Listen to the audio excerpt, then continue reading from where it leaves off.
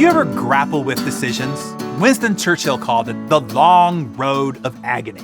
The agony Winston is describing is the period before deciding, the period when you are wringing your hands, paralyzed with should I or shouldn't I, but what if, and if then, what happens then? So, what do? Well, you make a pro and con list. You research ad nauseum. You spreadsheet it out. You ask 100 people. You ask your priest. You ask your gardener. You go to a medium to channel a 2,000-year-old guru. You flip a coin, you throw a dart, or you shake an 8-ball. And the favorite go-to, you don't decide at all. Nah, none of that. Let me tell you, more failure has been caused by indecision than poor decision. Jim Rohn called it the great thief of opportunity. The great thief of opportunity is not failure. It is indecision. So if you want to know who done it, who murdered your dreams, it was you. And the weapon that you used on you was indecision. So to do some homicide prevention here this morning, let me give you 4 filters to help you make great decisions easily and quickly. You ready?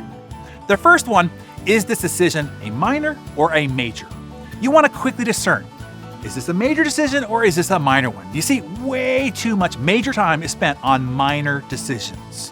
What hair conditioner to buy, where to go to dinner, what hotel to stay in, which of the 36 choices of faucets do we buy for the remodeled bathroom?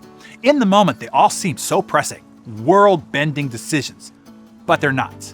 Ask yourself one quick question. 5 years from now, will this decision significantly alter my life? If not, then it is a minor decision. So just decide and move on. Wasting any more time on it will significantly alter your life. The second filter is cost or worth. Ask yourself, how much does this decision cost? And not in dollars today, but in subtraction from your overall wealth. Understanding how compound interest work, I know every $1 today is worth $5 to me 20 years from now. So I know if, say, a shirt costs $50, it really costs me $250 in future wealth. That is the actual cost side. Now, my mentor Jim Rohn taught me to also evaluate decisions based on what something is worth. Not what does this book cost, but what could it be worth to me? Not what is the cost of this seminar or training program, but what could it be worth to my future, to my health, to my wealth, to my ability to be an influencer, to make an impact, and to be valuable to others. You see, that dramatically changes the math equation. So back to the shirt purchase choice. I first recalculate the math of the cost by increasing it by 5 times. Then I recalibrate the worth. You see, sometimes the worth skyrockets over the cost, and sometimes not.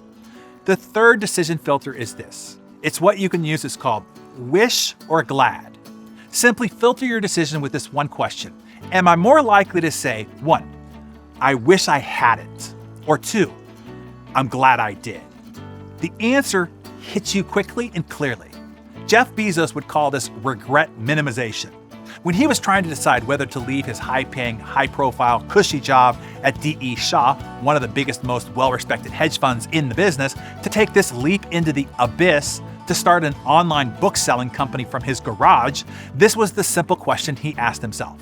When I am 80 years old, will I regret not trying to start this company? Yes or no? His answer was quite clear. Here's how Jeff stated it in his own words. I knew that when I was 80, I was not going to regret having tried this. I was not going to regret trying to participate in this thing called the internet that I thought was going to be a really big deal. I knew that if I failed, I wouldn't regret that either. But I knew that the one thing I might regret is not ever having tried.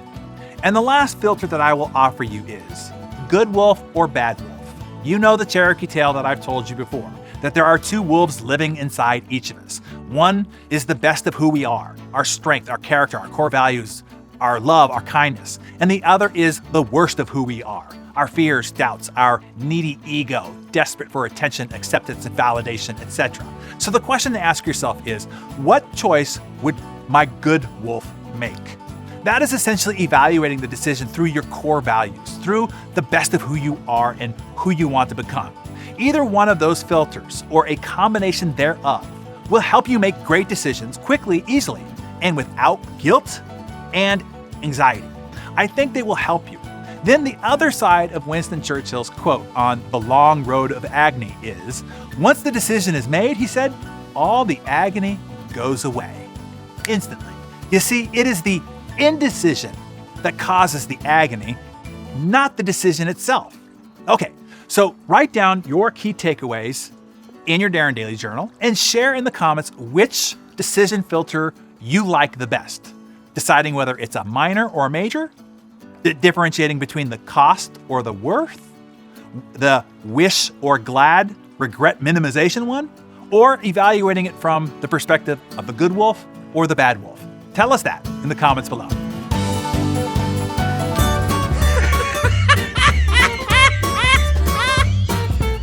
Hey, it's Friday, everyone. More jokes submitted by you. So save your ridicule for the mirror on the wall.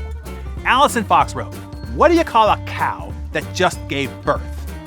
Decaffeinated. That was kind of a Kylie joke there.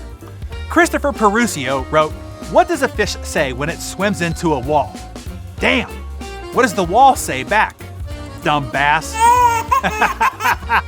That's good. All right, even Aaron liked that one. Okay, Ron Levitius wrote, what is the difference between an outlaw and an in-law? Outlaws are wanted. Oh, we're going to tell you why, Ron.